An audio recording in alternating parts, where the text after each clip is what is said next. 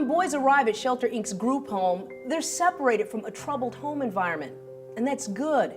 But they don't want to be separated from their own school or their friends, often the most normal part of normal life. They were in the same neighborhood, the same school, they could keep the same friends. They weren't ostracized where they're the different kids that had to go live in a group home. I mean, it literally wasn't a group home, it was home. Shelter really provided for them not only the basics of food and clothing and structure, along then comes the caring and the kindness and listening to them.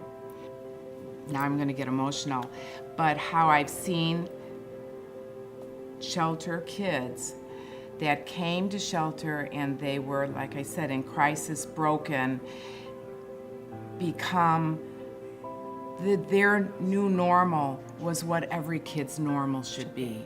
All of the children you've encountered over the years, just that one story. I'd like to share Kyle.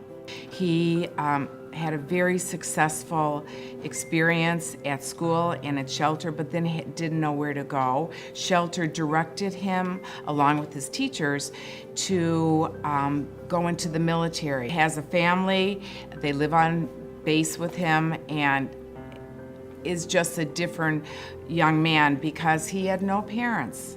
They kind of just put him off to the streets, and Shelter came, picked him up, and embraced him. That's what Shelter does. So,